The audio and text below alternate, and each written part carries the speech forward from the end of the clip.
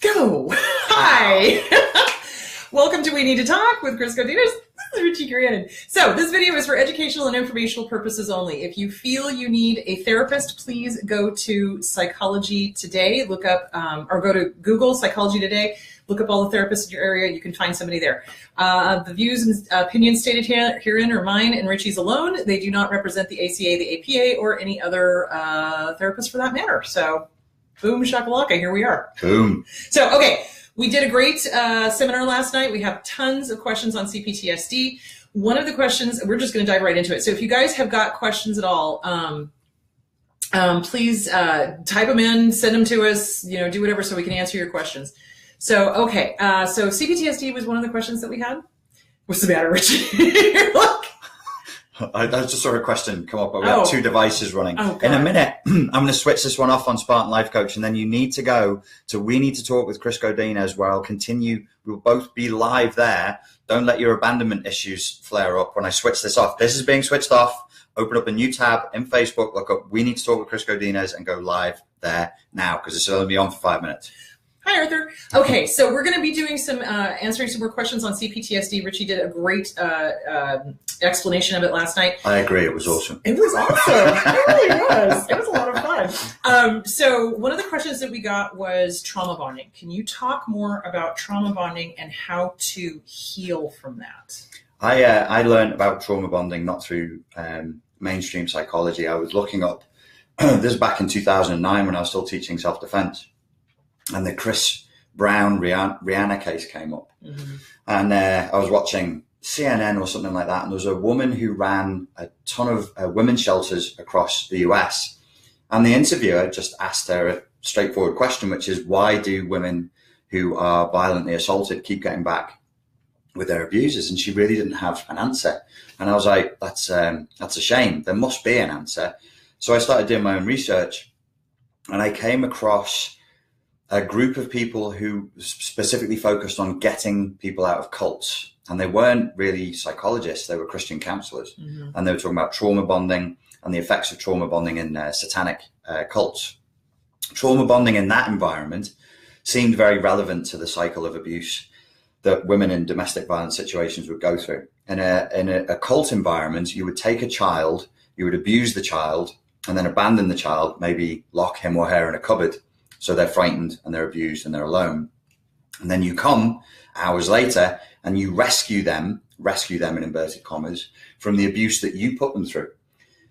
Over time, the mind starts to develop what Freud would have called a fetishist split, where the child knows that you're the same person, but can't live with the reality that you're the same person. So they split you into two, angel and demon. Mm-hmm.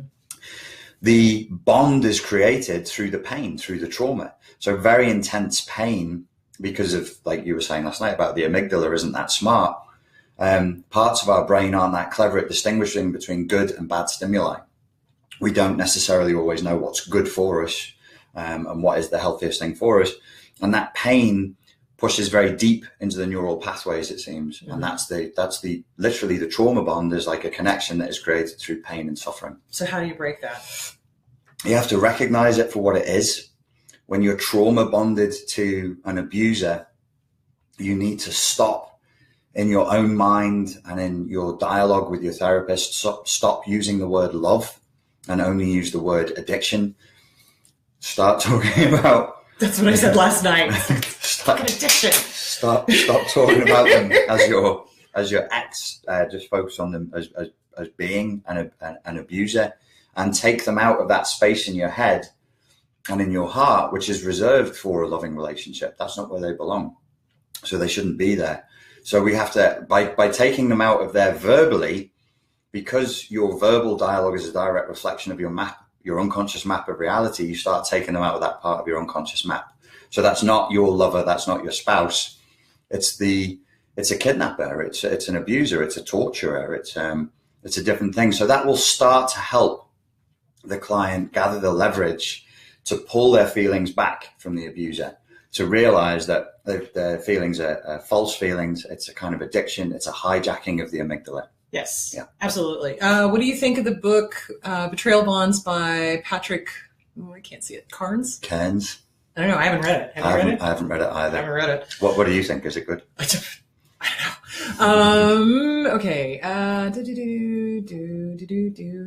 Any questions? I'm looking. Yes. Trauma bond is addiction, not love. Absolutely. And it is an addiction. And it actually lights up the same areas of the brain that doing heroin does, or meth, or coke, or alcohol, or anything else. So you do have to treat it as if you are addicted. So when you are leaving an abusive relationship, you absolutely must treat it like an addiction. And honestly, almost like working the 12 steps is honestly going to help you. I know that sounds crazy because it's like, well, but I wasn't using a substance. Well, but yes, you were, because your brain was on dopamines, endorphins, neuroepinephrine, serotonin, all the feel-good chemicals, the oxytocin, all of that stuff.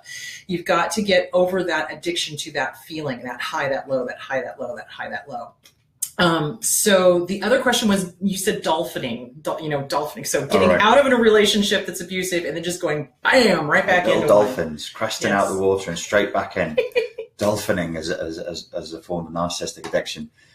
Well, if you are an addict and you lose one source of heroin or one source of meth, you're going to go and find another one. Part of what pushes us into that, I think it's important to say at this point, is the emotional flashbacks and is an inability to deal with the pain. Obviously, if I'm going to go cold turkey, there's going to be pain. Mm-hmm. If I have CPTSD, my capacity to deal with that pain might be diminished. My resilience might be very, very low. So we have to look at that and say, okay, well, are you suffering from a kind of, let's call it painophobia or discomfortophobia, where you cannot tolerate the discomfort of the separation for the length of time it will take for you to heal? Like you said last night, could be a year, could be three. And maybe we should be talking about giving people the idea of, at least as a guideline in their minds, of 365 days, like a 365-day cleanse. Mm-hmm. The illness is in the area of your system related to love and to sexuality and to intimacy. So maybe a little cleanse, a little diet that lasts a year would be a sensible marker. I can't really see how anybody can be in a truly narcissistically abusive relationship and be healed enough to be ready to get into a new relationship in anything less than a year. I agree. I totally agree. And part of that reason is just what Richie was talking about, is that you are so used to loving them. You've got to stop thinking them as a love interest. You've got to stop thinking, it's just like an addict going, man, I really miss tequila. Boy, do I know that one. So, it's like, because I'm a recovering alcoholic. So yeah, it's like, you got to stop talking about the substance as if it was something that was good for you. It's not. If they have forced you away from family and friends, if they lie to you, if they're causing you to do things that are hinky, if you're, doing things that you would not otherwise do, these people are not good for you guys. These are just as bad as heroin or meth. They really are. Okay. I'm going to send people over to you now. Okay. Excellent. Don't get abandonment anxiety.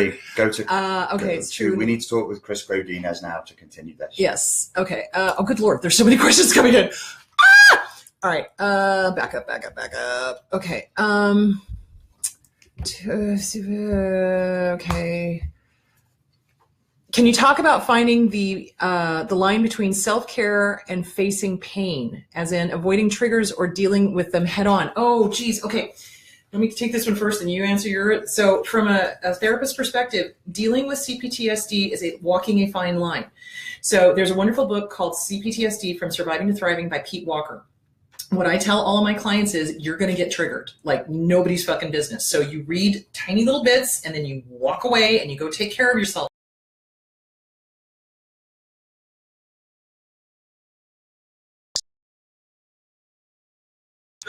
Okay, we're back. So you take it in tiny chunks and then you walk away and take care of yourself and then you come back. So that's the trick with PTSD or CPTSD, is that yes, you're going to get triggered. Yes, you're going to feel pain. Yes, it's not going to feel good, but no, you cannot stop. You must take breaks. You must do self-care and then come right back to it and then confront it as much as you can and then take a break and then come back to it. So Richie, what do you think? I think I would be worried for a client who saw a distinction between pain and self-care, as though they are at two different ends of the polarity. Self-care is frequently uncomfortable, annoying, and painful. Getting up and going for a jog is a pain in the arse, sometimes quite literally, if you don't warm your glutes up. Right. So it's not, they're not two different things. Don't please don't fall prey to this poisonous and dangerous mindset that I must not be in pain, like that I can never experience discomfort. All life is suffering, said the Buddha. Yes. So it's going to suck at times, but don't be a masochist. Obviously, that goes without saying. You shouldn't have to make that point, but I find that I do with my clients, because people with CPTSD tend to see things in black and white, and they like to polarize issues. Mm-hmm. Self-care at times, probably most of the time, will be moderating of discomfort. Self-care is also pushing the self to thrive. Pushing the self involves pushing outside of the comfort zone. And that should be a daily struggle. That should be something you're looking to do on a daily basis. If you're just looking to numb out and not feel pain, it's not self-care. Totally agree. So how do we get addicted to the abuse? I can understand addiction to the love bombing or working to gain that love bombing person back, but I hated the pain associated with the emotional abuse. Do you want to take that one, or you want me to? You can get addicted. Anything that you're feeling consistent. So I'd have two points to make on this. I'll try and make them quickly. Do your best.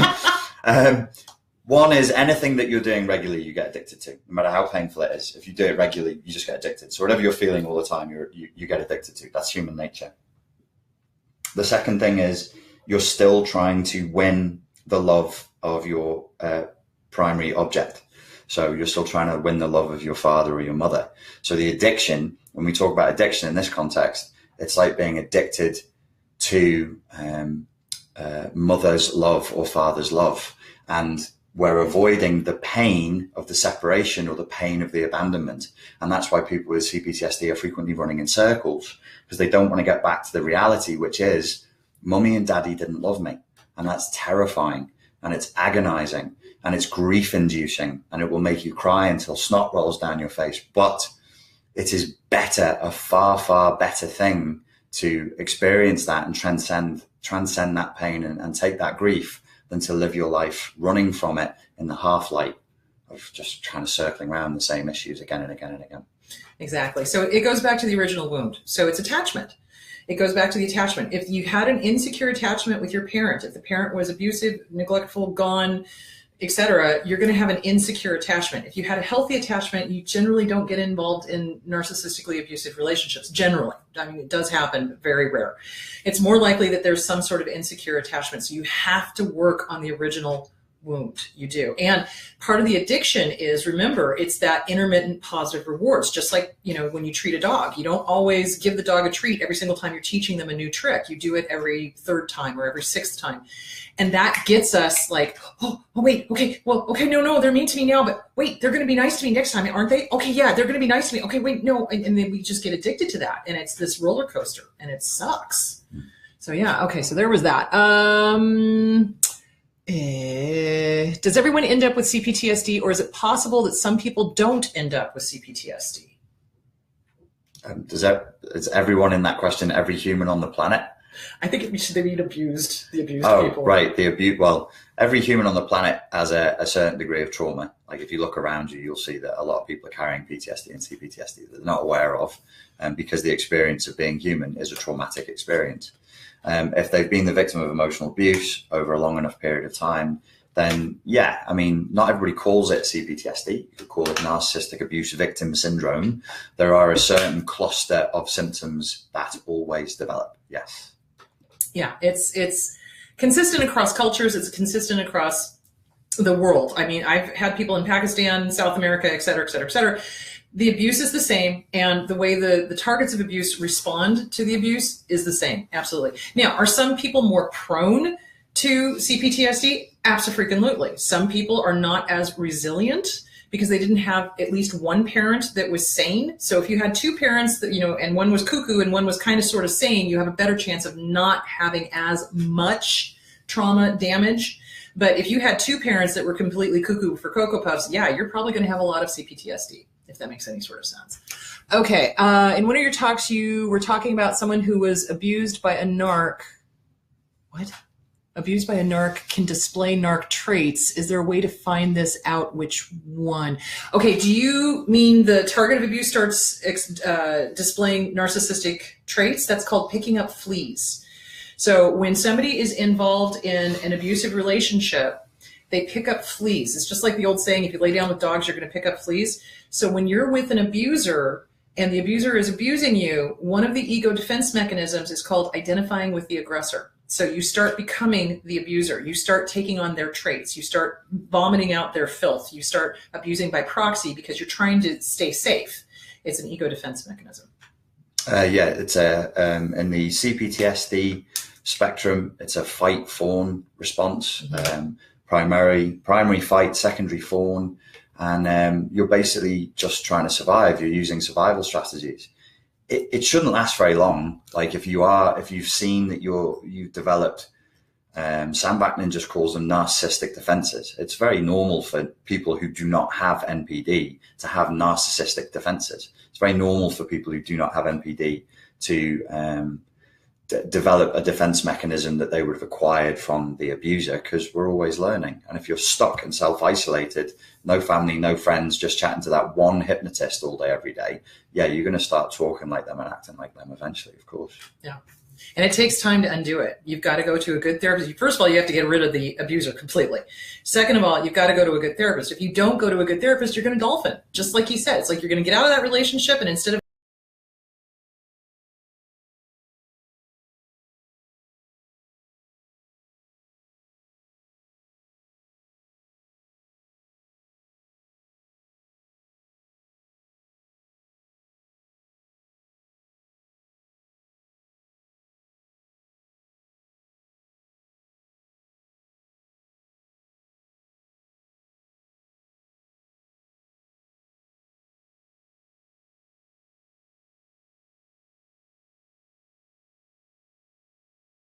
So, okay, the question.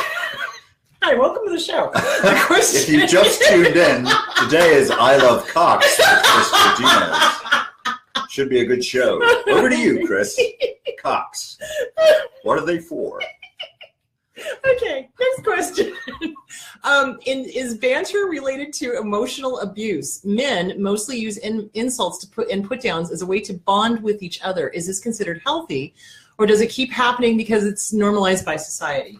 Banter is the English term. I think you guys call it shit talking or ragging each other. You know, in sports and stuff, you'll say silly things. Trash talking. That's what I meant to say.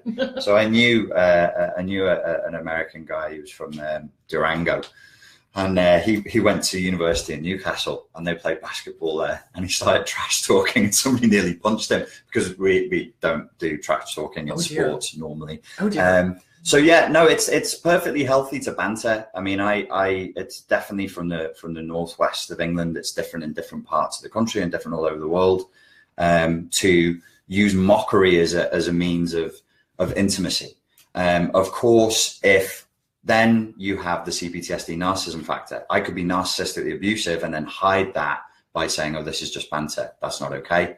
That's the just kidding thing. That's the just kidding thing. That's not nice. And also, if you have CPTSD, somebody could be bantering with you and you could just take it totally the wrong way. So, but is it healthy? Yeah, I think it's totally healthy. I think it's a good thing. And you know, it's kind of like amongst men, certainly, it's like a fast tracking way of building camaraderie and rapport. And I would say, I don't know how old you are, sir, but if you're under the age of 30, somewhere between 20 and 30, see it as, and you have CPTSD and maybe some social anxiety issues, I would be encouraging you to see this as an essential skill set to develop as a guy, because it's very hard for normal blokes, neurotypical blokes, to build bonds with you if you can't do that stuff. And it's usually focused around cocks. Right. Yes, there you go. We're back You're going to bring again. it back. I'm not going to stop. Thanks. Okay, after a lifetime of brainwashing, how does one get back to the authentic self? That's a good question. How do we differentiate between the self and the controlling programming? I think that's a great question. Because I see that a lot when people get out of the relationship. They're so fogged. They're so confused as to, because they thought that this was who they were. They really did. I mean, I've had people say, no, this is really who I am. I'm really a horrible person. I'm really snarky. I'm really nasty. And I'm looking at them going, no, you're not. Yeah. What do you think? For a lot of people, like if you've been the victim of narcissistic abuse in childhood, and then you got into a bad one with in adulthood, you come to me and you start talking about the authentic self, and I will have a wry smile, because by the time we show up in therapy or in coaching as adults, there ain't that much self left. You know, you'll have the superego injunctions, you'll have the wounded inner child, but the ego will be a shrunken little thing. And some of the work that I've done with clients when they've had really, really strong abuse in the first few sessions, you know, would look a little bit odd and look like we're not really doing coaching, because I'm just chatting to them and we're just chatting about things. And the reason why I'm just chatting with them about things, TV shows or music, is just to do like push-ups for the self. Are you in there, little self? How are you doing? What do you like? What do you not like? What are your preferences that have nothing to do with your abuser? You like this kind of music, not that kind of music, this kind of food, not that kind of food. Can you express a preference? Okay, then we build that up, do some more push-ups, and then we go, can we express a feeling? Can we express an emotion? Can we then start to grow? And you know, some of the work that I do is about growing the ego, helping the ego to grow healthy and strong. That's the authentic self. But don't create a false split between authentic self and you know, the propagandized, abused self. Development of the authentic self is a challenge for every human being on the planet, regardless of abuse. And it's a deeper philosophical question that we all have to answer for ourselves as individuals. What is authentic and what isn't? Correct. And it takes integrity. It takes constantly questioning. You've got to, you know, you always, you turn inward. You turn inward. I think oftentimes when we're with an abuser, we're outward. We're constantly looking outward for their approval and their stuff and what is going to make them happy. So when we get out of a relationship, I can't tell you the number of times people have sat on the couch and are like, I don't know who I am. Because they don't. Because they've been so turned outwards, they've forgotten who they are. So it's time to turn inwards. And that's sometimes difficult. But that's why we have therapists and life coaches to help you through that. So the next question, I do not know the answer to this. I was wondering if either of you could would know anything about a connection between substances like ayahuasca? Or just ayahuasca. That too. Incox, but that's okay. Sorry. Imbibe them all. I'm so going to hell. Forgive me, baby Jesus. Okay. Where was I? And dissociation. After ayahuasca, I don't even know what ayahuasca is. And after an ayahuasca ceremony and 4 years, I am mostly, but not completely recovered. Also experienced a lot of trauma around that time, so it's hard to know what the difference is. Anything you might do? Do you sound like you know more about it than I do? Ayahuasca is like a naturally growing psychedelic. It has the same effects as DMT. Severe dissociation after an ayahuasca ceremony. Okay, and you're not fully recovered. Okay, so first of all, there is a lot of research out there that indicates that psychedelics can help with PTSD and CPTSD. Do not leap to the conclusion that that means that you should all just be trying psychedelics. I have had one client who I know who told me, even though I told her again and again and again, don't do it, don't do it. She said, I think I need to do this. I'm going to do it. Months later, she came back to me and she had a good experience. Oh, that's good. Which is awesome. When I was a kid, I tried acid about 10 times in my teens. Seriously? Yeah, I did loads of acid. Damn, I was isolated, man. It's sheltered. I did lots of acid. From the age of 13 to 19, I think I did like 12 trips. And I would not recommend it for two reasons. One is if you're not ready and you're not being guided properly, it is a truly hellish experience. It will pop open your third eye, but at what cost? It could drive you completely insane. Mm-hmm. Just the discomfort of being pushed out of your normal consciousness for somebody with CPTSD who's quite sensitive could be very, very traumatic. You may have already had a dissociative response, a flight response to trauma before it began, and then it just increased that dissociative response. So don't do psychedelics as a means of healing. For people with CPTSD, a good book, a good conversation, and a walk and a look at the sun as it's setting could be as psychedelic as you need. And I don't mean that in a silly way, in a specious way. Quite literally, the psychedelic experience is only useful when it increases your neuroplasticity and it develops the dimensions through which you can think. And for some of us, really, a good walk would do that, especially if you're a very sensitive person. You know, are you the type of person who wants to parachute out of planes? I don't need that. I get very excited over very, very low level things, like a cup of coffee and a good conversation, and I'm flying. I've got all the adrenaline I fucking need. You don't need to throw me out of a plane. So But with a cup of coffee. With a cup of coffee. And a good conversation. This is awesome. I don't need it. You probably don't need it. People who are very, very numbed out, they need that. But ayahuasca, from what I've read about it, I read a lot about it from Graham Hancock, who was a cannabis user and he used acid, and he said it was ferocious. So a regular psychedelic experimenter says it's a ferocious experience. I will probably do it at some point in the not too distant future, but I am in a place where I have reason to believe that I'm very grounded. But for most of us, no, not a good idea. And plus the fact, if there is a family history of schizophrenia, any sort of psychotic breaking, that kind of thing, you do not want to do psychedelics. Yeah. You really don't. Because like he said, it could blow open your third eye, because I'm a firm believer in that, and it could totally push you into a completely psychotic state. So you don't want to. There's research, isn't there, that says schizophrenics can't do it. Mm-hmm. It doesn't have the positive effect. But if you've got family histories with, it can cause the dissociation and issues and things like that. I am actually a huge fan of medical marijuana. Right. And I've had a lot of veterans use it, and with great effect on the PTSD. So if your state allows medical marijuana, check into it. I think that's a great way to go. So, okay, next question. Been a non-smoker for 5 years now and still want to smoke from time to time. It takes years to recover, especially when you grow up being addicted to abuse. I'm in like year 2.5 now of emotional recovery, still lots of work to do. I'm doing something similar. Okay, taking small steps. Good job. Okay, that wasn't a question. Sorry. Please use question marks, guys. Yes. Can you repeat the name of the book, please? Which book? Was it CPTSD from Surviving to Thriving by Pete Walker? If it was that one, then it's CPTSD from Surviving to Thriving by Pete Walker. Okay. Can we use intermittent reinforcements on ourselves in some kind of positive way? Good job. Yeah. Good job. So positive reinforcements, and Richie, you were talking about this last night. They're huge. They're really, really important. And we made fun of them in the, 80s, 90s on Saturday Night Live with the whole Stuart Smalley thing about I'm good enough, I'm smart enough, and gosh darn, people like me. But it works. It works. It really does. And you have to be careful of what your intention is.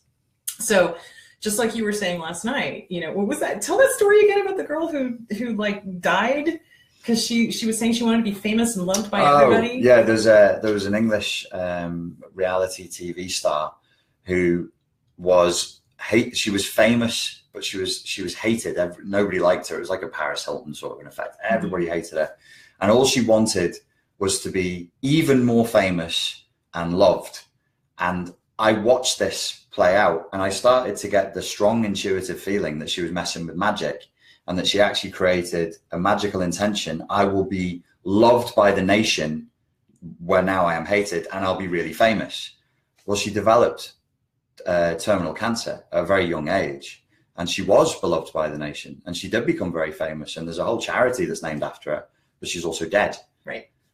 So whatever affirmation or intention you start with, you better write that shit carefully, and it needs to have written into it for the highest good of all concerned and for my highest good. Because if you just say, I want to get $1 million, right, you might just fall under a train and your compensation will be $1.1 million. There you go. Legs. No legs. That would be bad. Bruce Lee is the example. Another example I use, I know that he was messing with magic. It is known in the martial arts circle he was playing with magic. And his thing was to be the most famous person in the world, not just to be famous in America, where he was denied starring role status because he was Chinese. He couldn't break through that. It was like, we're not going to have a Chinese star. And he was like, I will make America accept me as a Chinese superstar, as an action star. Mm-hmm. He became the most famous person in the world. He's, to this day, across the world, wherever you go, if you show people a picture of Bruce Lee, they'll go, that's Bruce Lee. Also died at the age of 33 with, some of his best songs still unsung. So I think there's kind of a cautionary tale here. Whatever your intention is, that needs to be set very, very carefully and very deliberately. Mm-hmm. I agree. And when you do positive affirmations, it's not so much, I want to be famous or I want to be loved. It's more along the lines of, I love myself. It's okay for me to love myself. It's okay for me to like myself. I appreciate who I am. I like the way I think. I like the way I talk. You see what I'm saying? It's like, it's about you. It's not about money. It's about, what do you like about you? Because when we're with an abuser, they've put us down. They've told us how horrible we are, and we don't know who we are anymore. And it's really important to really start validating what is true about you. I like my integrity. I like the fact I tell the truth. I like the fact I have a sense of humor. Do you see where I'm going? Those are all positive affirmations, and it doesn't involve magic. So nothing feels better than feeling comfortable inside your own skin. And just liking yourself. There's no money or fame or external validation that's ever going to make up for the slow drip release of endorphins and serotonin from going, I feel okay. My life's okay. It's all right. It's good. It's all good. So how do you know if you have CPTSD? How dare you ask me that question? Emotional dysregulation is an indicator. So if you're responding strangely to things, or people are saying you respond, like more than one person is saying you're responding strangely to scenarios, so that would usually manifest as turbulent relationships. You struggle to maintain friendships, you struggle to maintain intimate relationships with people, and you will have a tendency to run away, sometimes quite literally, like change countries. You'll have a tendency to fight, to rage out, to fawn, to just give yourself away, or to completely freeze and tend towards like dissociation, depression, agoraphobia, staying in the house all the time. Mm-hmm. These kinds of things are indicators of CPTSD. For me, it's anything that's on the mental health spectrum, any emotional issue whatsoever. I tend to look towards emotional trauma and childhood trauma and CPTSD. Okay. Learning about your reference to object consistency, ? Is there something you think is significant? It appears to be a tough balance to call a spade at the risk of the appearance of playing the victim card. I'm not sure exactly what that question means. Object constancy is a psychiatric term. They're such narcissists that they refer to parents as objects, primary objects. When your mum leaves the room, she's the object, she's the primary object. Your father is also a primary object. When your mum leaves the room when you're very small, do you think, oh, my mother has left the room but she'll be back? Or do you think my mum's disappeared from the world? So object constancy is, I know that the object that I love, that I'm attached to, is constant in the world, even if they're not here. Object inconstancy would be like, as soon as you've gone, you've disappeared. It's been identified in people with borderline personality disorder. They lack object constancy. So they think, if you're not texting me, if you're not calling me, you don't love me anymore. Right. Okay. I've been divorced 4 years from my narc. I'm not over the trauma. The events haunt me. The daily due to losing home and possessions, betrayal, adultery, physical, mental abuse. I'm totally over him. I don't want him in my life again, but I cannot stop thinking about all the terrible things I lived through. I need to get them out of my head. I've also isolated myself, which is a common thing that a lot of targets of abuse do, and no longer trust people. That's really common, actually. Very common. There are some muscles that have gotten a little bit atrophied here that need to be worked on, and they relate to emotional literacy. You need to stop focusing externally on him and the past and what happened, and we need to gently but firmly bring your attention and your awareness back to yourself and the present and your emotions. And you can do that very simply by, right now, taking a pen and a piece of paper and writing down 5 adjectives that describe the way you feel here and now in this moment. If you can't access your feelings, go and look at a list of adjectives and go, this is what I had to do because I'm an emotional illiterate by nature, and go, I think I feel this one, maybe this one, and maybe this one. And that's a start. And you would do that a couple of times a day, every day, and then you start to develop your emotional literacy, and you realize that it's not about him. The obsessing about him and the obsession about the past and the pain is actually to help you avoid this pain, which is in here. So you want to be in here, where you feel like you're in control, on narcissism forums, watching YouTube videos about narcissistic abuse. This is where you feel okay and where you feel safe, to keep you away from the danger of the watery emotions in the heart chakra. Well, and here's the other thing. When we have been in an abusive relationship, sometimes we obsess and we go back and ruminate and think it over and over and over again as a way to keep that person with us. It's kind of a dysfunctional way to still have a connection to them, even though they're gone, even though they're peace out. And they may be dead too. I mean, like with my dad, he died, and I realized I was still hanging on to the anger as a very dysfunctional way to try to keep him alive. little kid thing. So you got to work on the original wound. You've got to go back and really figure out, what is it that you're trying to avoid? What is the fear? What is the abandonment? What is the original grief that you never grieved your way through? Write it out. Write a letter. Do the good, the bad, the ugly, the horrific at the very, very end. Goodbye. Period. Like, you're out of my head, like, done. And anytime one of those thoughts pops up, you don't want to resist it. Because, like, you remember, like, okay, there's a pink elephant taking a shit in the corner of the living room. Oh my God, I don't want to think about the pink elephant taking a shit in the corner of the living room. Holy shit, it's a pink elephant. I don't want to think about it. I'm not thinking about what the fuck am I thinking about the whole time? So what you want to do is you want to be able to have the thought and go, oh, fascinating little thought. I choose not to invite you in for coffee. Bye-bye. And then let it go. So you can acknowledge it, but don't invite it in for coffee. And that takes practice. So that's what I can say about that. Okay. Addiction to love, which, okay, if it's addiction, it's not love, which I believe is true. Why don't I feel the need to get with anyone else quick? I can't bear the thought of any relationship now. Well, you shouldn't be in a relationship now. You should be working on you. You got to take time. So I talked about this last night. When we leave a relationship, especially one that's abusive, it is no different than a death. It isn't. It's grief. It's all grief. And so it takes a year to go through all the firsts. You have to get through the first anniversary, the first birthday, the first Christmas, first Thanksgiving, first New Year's, first, when first kiss, first buying a home, whatever. So you got to go through all the first. So you have to grieve. And you should not be in another relationship. Don't dolphin. You don't want to just get out of one abusive relationship and dive right into the next. You've got to work on why, how did you get involved in another abusive relationship? What is it that led you to be so terrified of being alone that you couldn't stand the thought of being alone? And so you would rather be with somebody who's abusing the shit out of you than to face the fear of the original wound, which is mom or dad who were not there. And it doesn't matter whether the mom and dad were not there either physically or whether they committed suicide or whether they were, absentee, in jail, whatever. It's the same wound. It's the original attachment issue. Richie, anything? Yeah, what we said earlier is that this is not, what we said was, it's not love, it's addiction. We didn't say you're addicted to love. That's a different thing. So also a really good song. It's also a really good song with the girls with the slick back hair. But that's not what we're saying. Like they're two separate issues. There are people who just can't stand to be on their own, and they are effectively addicted to being in love. They're in love with the idea of love.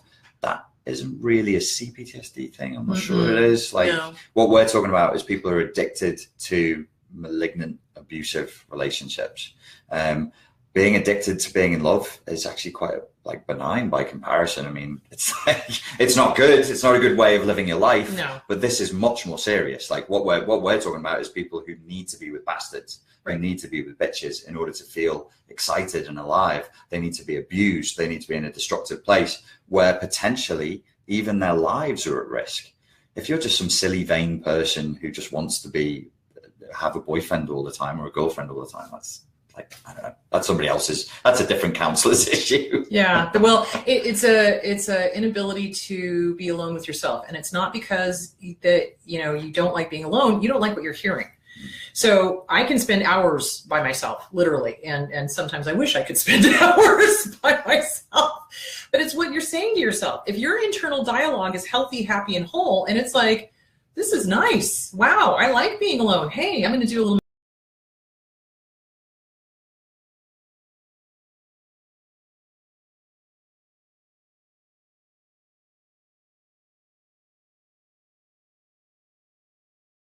Doesn't when I'm talking. So when you're, it's vindictive. It's vindictive. It's because I mentioned the Cox thing. That's why. Cox is punishing. Sorry. Okay. And scene. Okay. So it's the internal dialogue. It's not that we don't like being alone. It's that we're terrified because this thing is like chewing on us. It's like the abuser. It's like the toxic parent or the toxic lover or the toxic friend or the toxic boss. And it's just like in the background. We're not even aware of it. That's why we don't like being alone. People who love themselves have good self-esteem.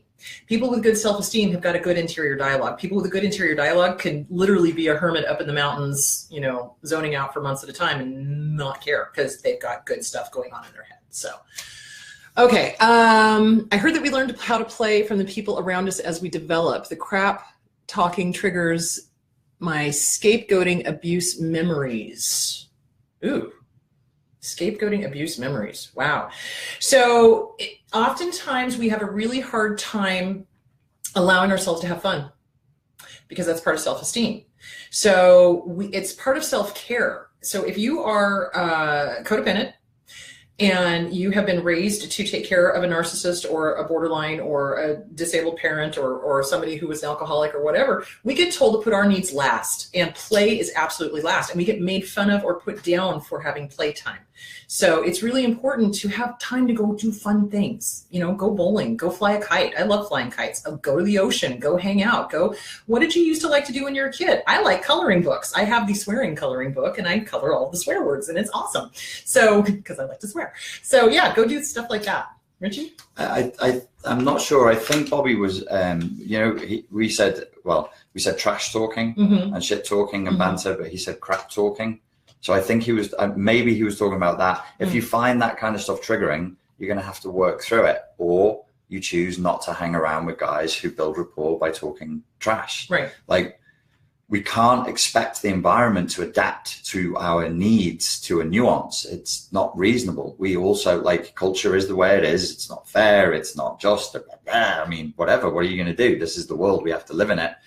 You have to adapt sometimes. And I don't think that's a bad adaptation to have. I think the capacity to have the communicative skill set to be able to do something that you used to find highly triggering, like for me, it would be public speaking, because I was in an environment where sometimes I would be put on the spot and interrogated as a form of abuse. So public speaking became difficult. If people are looking at me for answers, there's a part of me that's going, oh, Jesus Christ. Yeah. Which is why last night I had to start the seminar early, because everybody's just looking at me and I'm like, you were nervous. Oh, buddy, I'm sorry. Out. You should have told me. No, it's fine. I'm just saying, just deal with it. Get on with it. So it would be, I would like to see that in you. I would like to see that for you, that you can overcome and then actually have the experience of being with a group of guys and talking trash, having banter and feeling okay about it, because it is fun. Like, it's a good thing to be able to do. It's really, really fun.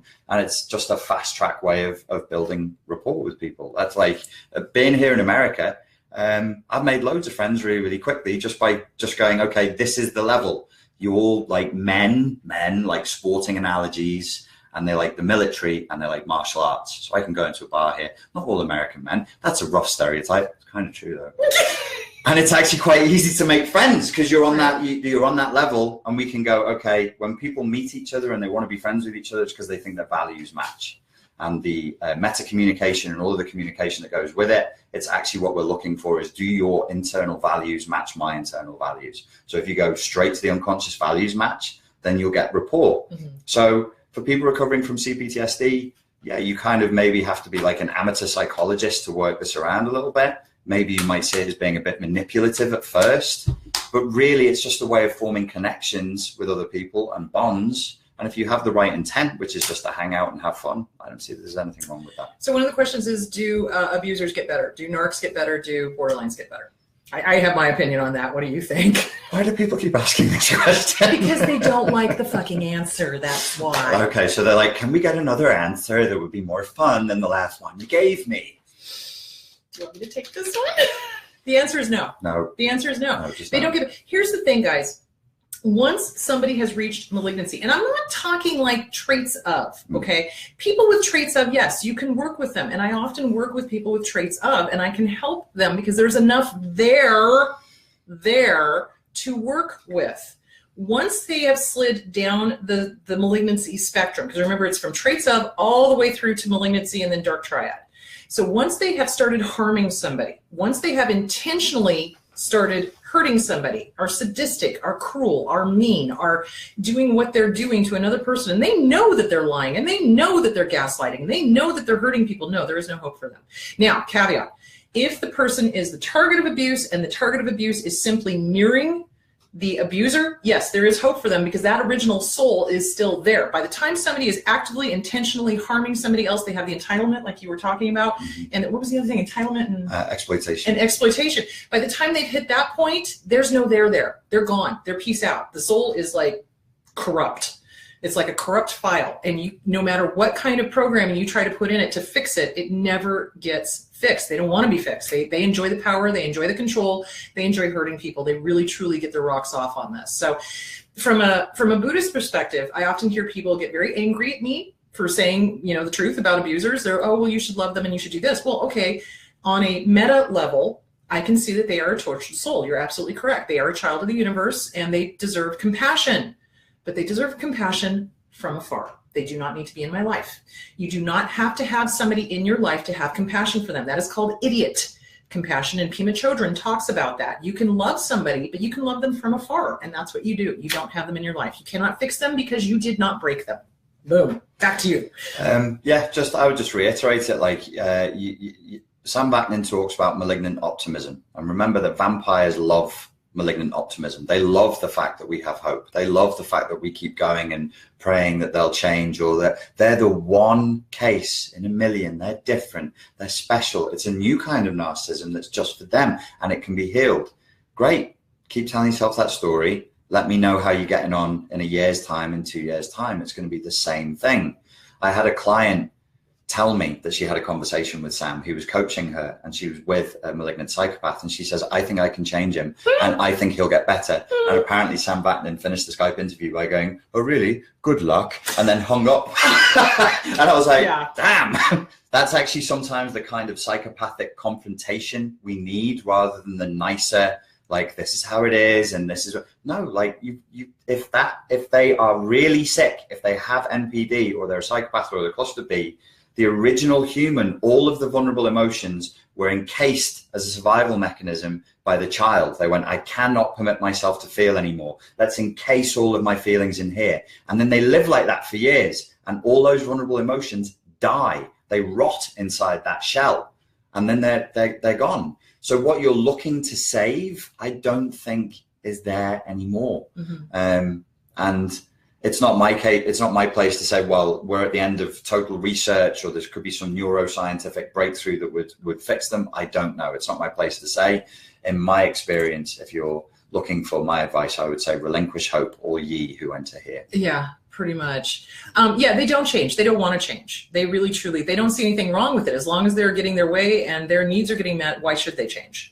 So, and what they'll do is, once they realize they have to change, they'll dump you and then go to some other narcissistic supply that will put up with their bullshit. So, okay. Question. Okay, amnesia. Thanks for answering my questions on Ayahuasca and dissociation. I experienced nothing but zoning out during the ceremony and boom, massive amnesia for years. Yeah, that makes sense. Okay, I don't think there was a question in that. Sorry. There's a question there saying, I have a history of making myself overly accountable and overly stoic. Like I must prevail under any painful condition. Mm-hmm. There's a time not to do that, right? There was a guy in the seminar last night, right at the end. He was saying that he couldn't let go of his wife, even though she knew that she was very, very sick. Mm-hmm. Sometimes this is a belief. There's actually some belief work that needs to be done. Like, if you love somebody, you should never give up on them. If you love somebody, you should never quit. Mm-hmm. In the case of the gentleman last night that I was talking to, he actually, as a child at 8 years old, had seen his mother and father divorce, and it had been enormously painful for him. And he was like, when people divorce each other and when they give up on each other, it causes a huge amount of pain and is wrong and shouldn't happen. But he was 8. He had no boundaries. He had no way of understanding the way the world actually works. And if you have that belief there, you need to fix the belief and go, sometimes you must give up on people. Exactly. And that happens when a parent commits suicide. That happens when a parent is a drug addict. That happens when a parent is in jail. The child, especially if it's a child that's under the age of like 12 or 13, because remember, you've got cognitive functioning here. They think that somehow it's their fault. And that somehow if they could have just stayed, if they could have just been there, that parent would have been okay. And it's not true. And sometimes you have to walk away. And it's heartbreaking, because if the target of abuse is now abusing by proxy and they're harming the family and the friends sometimes have to shut that door. But here's the roadmap back. Leave the goddamn abuser. Get into Therapy, work on the original wound, make amends. It's like working the 12 steps. Who did you hurt when you were under the influence of your substance? Who did you hurt when you were under the influence of your abuser? Make amends to them. Offer to go to counseling with them. And you can start repairing the relationships. Will the relationships ever be the way they were? Probably not, but you can start repairing them, and there's always hope. But you have to get rid of the abuser first. So there's that. Okay. Are you fans of the work of who? Gabor Mate. I don't know this person. I know. He's really cool. Okay, cool. He's awesome. You'll like him. Okay. I'll send you YouTube. Okay, cool. He's really chilled out. He just basically, he talks about how it's all childhood trauma. Mm-hmm. And, okay. What are the core beliefs defined? Okay, core beliefs, basic assumptions. So we make basic assumptions about ourselves, and core beliefs are what we think are true. And the thing of it is that it's fluid. So when we get involved with an abuser, our core beliefs start getting warped. They start getting twisted. They tell us that we're really snarky, or we're really mean, or we're really that, or we're really this, or we're the abuser, or whatever. And we start questioning what our core beliefs are, and we lose them. This is why you see targets of abuse who go from kind, wonderful, smart, funny, gentle, sweet people turning into just fucking assholes. And it's because the abuser has come in and started using their heads as a playground and convincing them that they are exactly like the abuser. So a core belief is who you think you really are, and that's changeable. It is. So boom, back to you. I'm always reminded of the Silence of the Lambs books, and there was a scene in the books, I don't think they ever showed it in any of the films, but Clarice Starling goes to interview Hannibal Lecter, and this day he's doing charcoal drawings of real events where churches had collapsed on people and killed the people inside praying. And he was doing, because he was a genius, brilliant representations of these real world events where, as people went to worship, they were killed by the thing that worshipped them just by blind chance. Psychopaths love to invert value. Psychopaths delight in perverting value. So if you have something of value to you, they will work very hard to turn that value and invert it. What we see in movies, satanic rituals, they take the cross and they turn it upside down. Mm-hmm. To invert a value is a psychopathic delight.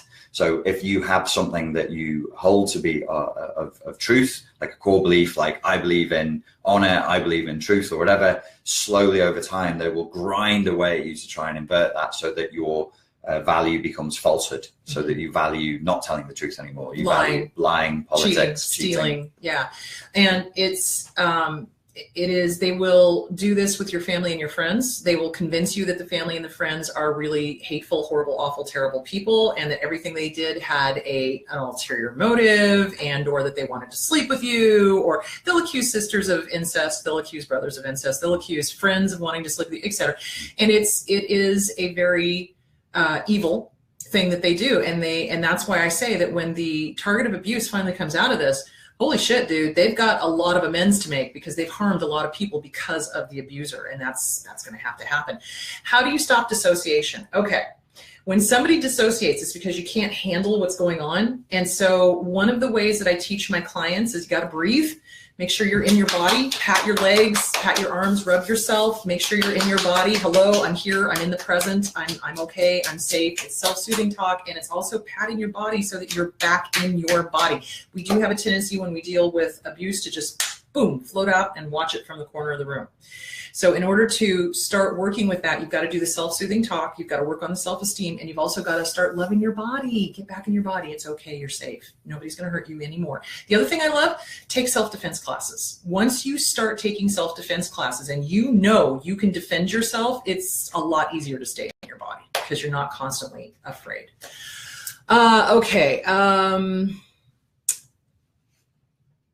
Okay, 12-step fellowship can actually re-traumatize folks with CPTSD. Cluster Bs thrive in this environment. You're going to find cluster Bs in any environment. You are. They're everywhere. They are among us. Especially where there's vulnerable people gathered as well, isn't there? Yeah, exactly. And Richie and I were talking about this. There are a lot of therapists out there that don't know jack shit about cluster Bs. We don't, in the US, I don't know about Britain, there's no education on this. And in fact, there was a whole problem between the ACA and the APA. There was a faction that wanted to get rid of cluster B's, personality disorders altogether in the DSM-5. And the DSM-5 is coming back up for review, I think, in 2018. So the humanists want to get rid of it. I think it's a huge mistake because, you can call a pink elephant taking a shit in the corner room a pink elephant, or you can call it Fred, but it's still taking a shit in the corner of the living room. So a cluster B is a cluster B. It's always going to be a cluster B. And it's always going to abuse. So you're going to find cluster Bs everywhere, and it's a matter of boundaries. If you want to make sure that you are never abused again, you must work on your boundaries, and you have to have a list of deal breakers. And the second anybody, and I don't give a fuck who they are, breaks one of those deal breakers, peace out. I'm done. I'm gone. Not putting up with it. So, thoughts? I dissociated. I'm sorry. That's okay. Do you know what? And this is the ironic thing. I dissociated thinking about dissociation. Oh my God. I hate when that happens. I'm dissociating into a dissociative state. The one thing I would say about the dissociation that I just had in my little head trip there is, as Kris said, it's a feeling of not feeling safe. So you have to convince the inner child it's safe to be here now. It's safe to be present. It's fun to be present. Let's look at being in the present. What's the coolest thing about this present moment right now? What am I enjoying? Ooh, the present is okay. So on and so forth. It takes a little bit of time. Okay, so after 5 years of EMDR therapy, I find that I'm still attracted to assholes.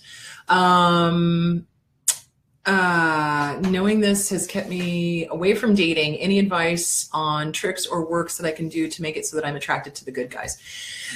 I would say it's self-esteem, because people who love themselves don't get attracted to assholes. They just don't. It's like, again, deal breakers. The second somebody breaks one of your deal breakers, you're done. Peace out. You love yourself more than you love being in a relationship with an asshole. It's a self-esteem issue. It really is. If you're doing therapy to fix a problem and it's not worked after 5 years, something went wrong. If it doesn't work after 3 months, you should be looking for another therapist or another solution. 5 years is way too long to not be getting the results that you're actually looking for. Agreed. You might not have gone into EMDR therapy just to not still want to fall in love with arseholes, to be fair, but it would have been good to have identified that as an objective and to start setting boundaries within the therapy and go, seriously, like, you should be seeing dramatic, permanent changes within 3 sessions. And you can do 3 sessions you could probably process inside of 2 weeks, 3 heavy sessions. In 14 days. You won't kill you. It will tire you, but it won't kill you. Right. But 5 years is way too long. 3 months should be a cutoff point. Well, and here's something else. If you're super stuck, I have a friend of mine, Lauren Archibald, who's a life coach, and she does NLP. And I've used her because I got super stuck at one point because I had a lot of loss going on and I couldn't get past it, and I couldn't say somebody's name without sobbing. So it was like, okay, I need to function again, because if I can't help me, I can't help my clients. So I went and I did NLP, and I did a breakthrough session, and it pushed the subconscious stuff and got it flowing again.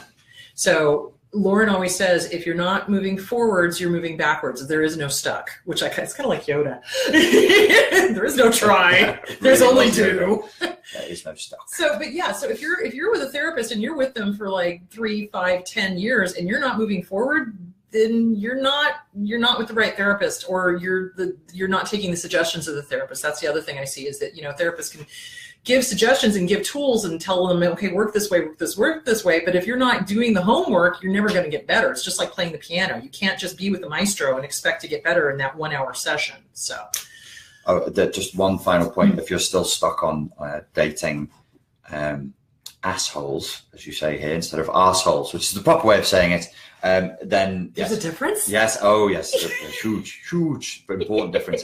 Then there's a couple of things that you're going to have to do that you probably don't want to do, and that might be outside of your self-image. You are still carrying father issues. You're still carrying mother issues that have just not been dealt with, that you think you've dealt with, but you haven't. And you're also not processing your grief properly. That's why you keep going back, because that's what you're patterned for. So who was the asshole in your life? Who was the first asshole in your life? Where did this imago come from? Primal asshole. Yeah, the primal asshole. That sounds like the name of a book. Yeah, primal asshole. You got it. Okay. How do you guide clients who are afraid to go back to the workplace after the narc bosses and workplace abuse? Get a new job. If you cannot, then it is a matter of, again, working on boundaries and working on self-esteem and working on the word no. So recently I worked with a client who could not say no, and she literally worked herself into the hospital. She was so exhausted because anybody came with her with a project, she'd be like, yes, of course I'll do it. Yes, of course I'll do it. Yes, of course I'll do it. So that is a codependency issue. It is a codependency issue. So The Disease to Please by Harriet Breaker, Codependent No More by Beatty, Beyond Codependent No More by Beatty, and you start working on boundaries. No is a good word, guys, but here's the thing. Our parents groomed us to not be able to say the word no. They told us that it wasn't okay. And our abuser tells us that it's not okay. So you've got to be able to say the word no and mean it. No, and I mean it.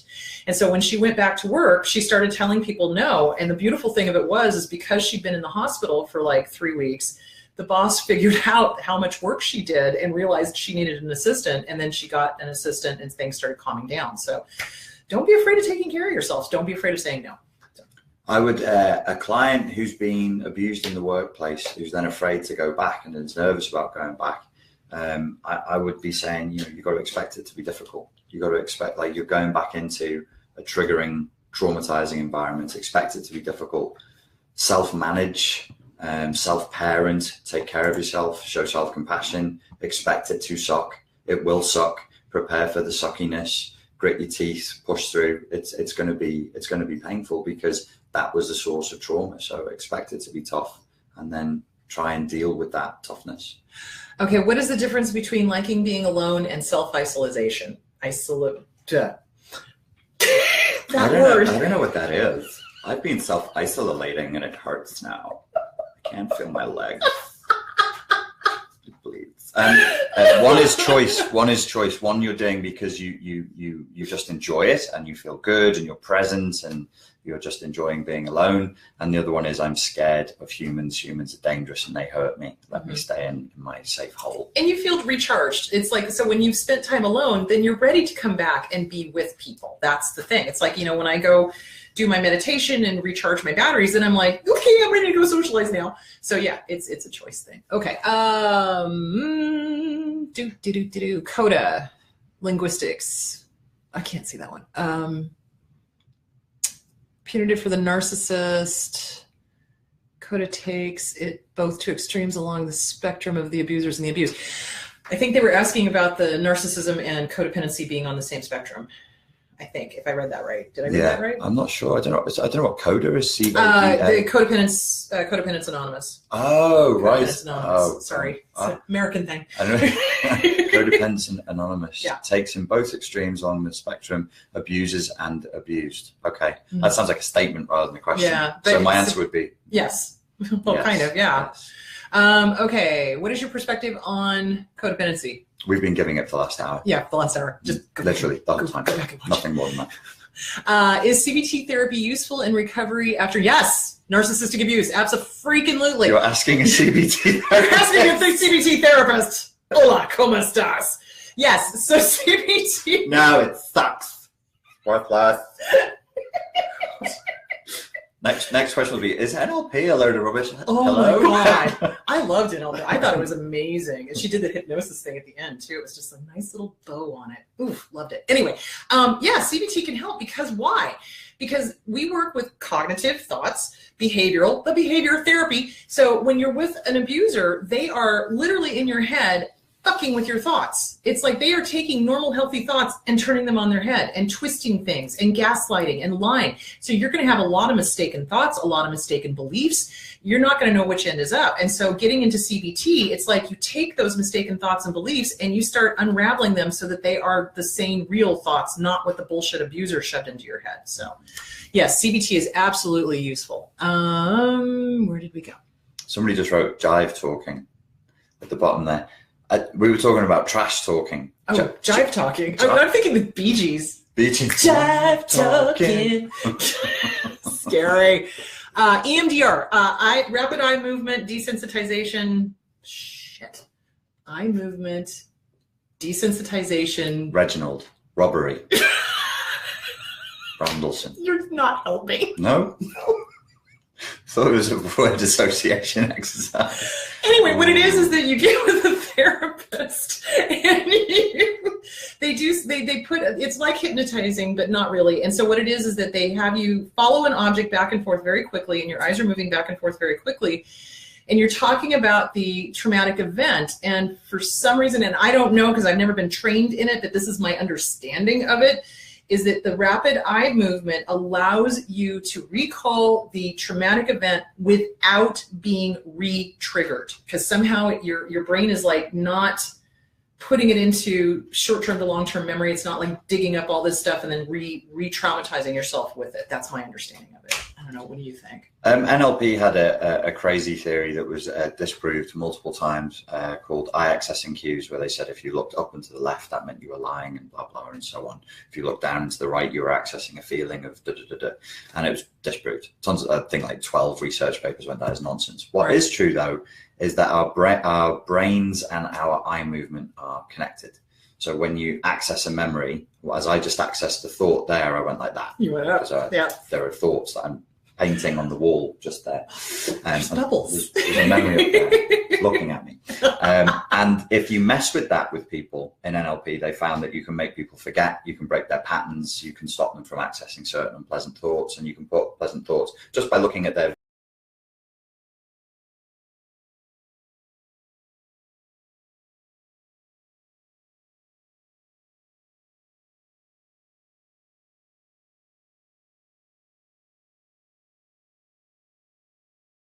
There it is. Okay, go ahead.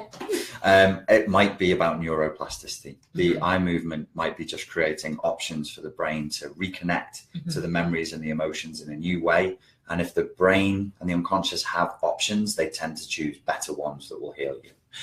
Okay, how to own our own shit, but also differentiate between being accountable to our actions, or if we are being baited into an emotional reaction by being devalued, which results in emotional flashbacks.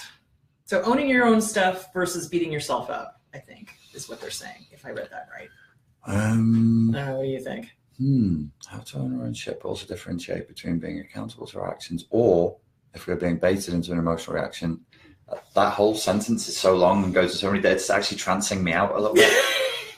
Awesome. So I think if I'm reading you right, you're asking, it's like, how do you hold yourself accountable without doing the whole mea culpa, mea maxima culpa thing?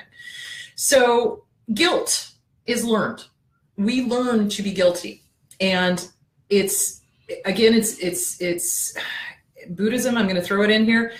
Detachment. This behavior happened. Okay, I did this. I own it. Do I need to beat the living shit out of myself? No, because it's not really going to help much. Do I need to make amends for this? Yes, I do. So then you go do that, and you hold yourself accountable. And yeah, if you want to feel guilty, you can, but I don't think it's going to help much. So you own your own stuff, but you don't beat yourself up, because that keeps you stuck. That keeps you mired in the past. So don't do it. So have some detachment from it. It's like, yes, did I do this? Yes, absolutely. Did I abuse by proxy? Yes, I did. Do I need to make amends? Yes, I do. Go make the amends. Let it go. I managed to penetrate through the jet lag for just a few seconds there. That it sounded like there might be an internal boundary issue where you're not distinguishing between authentic feeling and inauthentic or neurotic feelings. So neurotic feelings can be those that are imposed upon us through trauma and abuse, and authentic feeling is what you actually feel about the situation. So I would look at working on your emotional literacy, so that the boundaries between your thoughts and your feelings, other people's thoughts and other people's feelings, and your thoughts and your feelings, let's have a strong boundary between them. That might help you to go, okay, I'm being accountable and responsible